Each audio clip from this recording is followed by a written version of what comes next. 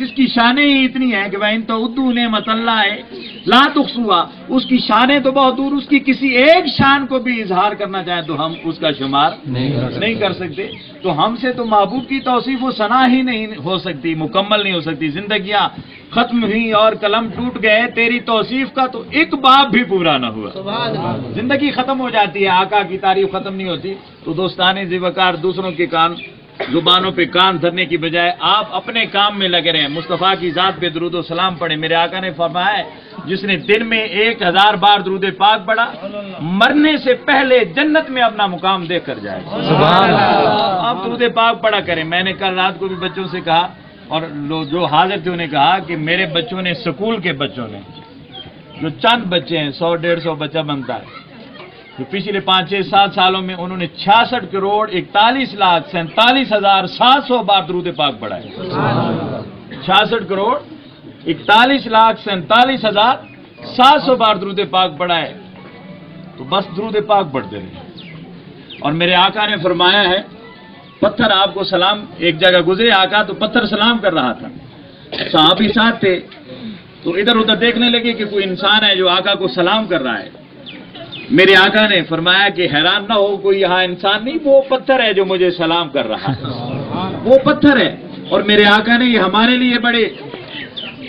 لیے بڑی بات ہے، ہمارے لیے کہ آقا نے فرمایا یہ پتھر ہے اور یہ میرا بچپن کا دوست ہے، اور میں اسے بچپن سے جانتا ہوں اور اسے پہچانتا ہوں۔ یہ جب میں ابھی حلیمہ کی بکریاں چرایا کرتا تھا تب بھی کہتا تھا مصطفیٰ جان رحمت بلا کو سلام، تب بھی کہا کرتا تھا الصلاۃ والسلام،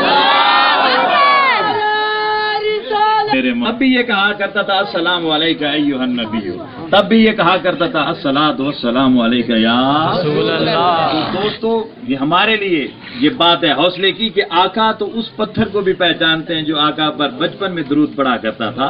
تو ہم تو آقا سے محبت کرنے والے ہیں، آقا کریم قبر میں پہچان لیں گے اور یہاں بھی پہچانتے ہیں کہ فلاں فلاں شخص ہے جو مجھ پر درود پڑھتا ہے۔ اور یہ ایک حضرت تھے جو روزانہ رات کو درود پاک ایک تعداد میں پڑھ کر سویا کرتے تھے، مصر کے بادشاہ، مصر کے علاقے کے تھے۔ تو مصر کے بادشاہ کو، حکمران کو اللہ کے محبوب نے خواب میں آ کر بتایا کہ فلاں آدمی سے جا کر کہو آج تو نے مجھ پر درود نہیں پڑھا۔ روزانہ پڑھ کر سوتے تھے، روزانہ پڑھ کر سوتے تھے، مطلب یہ ہے کہ روزانہ محبوب کی نظر میں ہوا کرتے تھے۔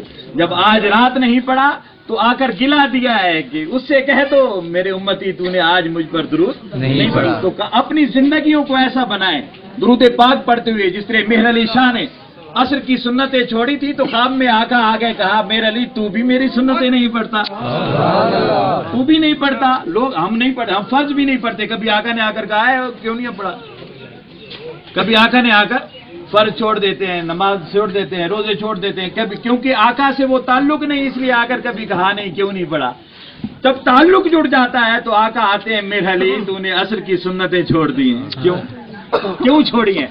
ایسا تعلق جوڑ لو کہ مصطفیٰ کی ذات کے ساتھ درود و سلام کا اور محبت کا، عقیدت کا ایسا رشتہ جوڑ لو کہ جس دن وہ عمل چھوٹ جائے مصطفیٰ آ کر کہیں کہ آج تو نے پڑھا نہیں میرے، آج تو نے درود نہیں پڑھا، میں تو منتظر تھا کہ تو درود بھیجے گا میری بارگاہ میں، اور آج میں منتظر تھا تو نے پڑھا نہیں ہے۔ تو دوستو بس ادھر ادھر کی نہ ادھر ادھر کی تو بات کر، بس صرف مصطفیٰ کا ذکر کر اور مصطفیٰ کی ذات پر صلاۃ و سلام پڑھا کرو، ذوق اور شوق کے ساتھ پڑھا کرو اور اسی کو اپنا معمول بناؤ۔ اور میں بار بار کہتا ہوں کہ مصطفیٰ کا ذکر یہ محمد ہے، ذرا لفظ سے محمد زبان سے نکالیے، محمد۔ کچھ محسوس ہوا آپ کو؟ جب آپ محمد کہتے ہیں یہ سانس ایک بار اندر جاتی ہے، ایک بار باہر نکلتی ہے، تو لفظ محمد رب نے ایسا جوڑا ہے کہ سانس اندر جائے تو بھی لبوں کو چوم لے، باہر نکلے تو بھی لبوں کو چوم لے۔ تکبیر،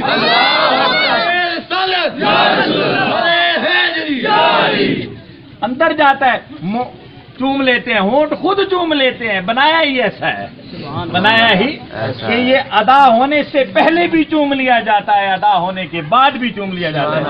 کوئی چومے چاہے نہ چومے، اب یہ آپ کی مرضی ہے، آپ چومیں چاہے سن کر چومیں چاہے نہ چومیں، جب کہیں گے چومنا پڑے گا، ایک بار نہیں 2 بار، ایک بار نہیں 2 بار۔ تو بس آپ اپنے محبوب کو ذکر کریں، اور یہ ایسا مبارک ذکر ہے، اس لیے اس ذکر کو پڑھنے کے لیے آپ کو چاہیے کہ ہر وقت باوضو رہیں، ہر وقت باوضو رہیں، وضو میں رہنے کی عادت ڈالیں، وضو کے ساتھ رہنے کی عادت ڈالیں، تاکہ اہل محبت نہ بے وضو حضور کا نام لیتے ہیں اور نہ بے وضو حضور کا نام سننا گوارا کرتے ہیں۔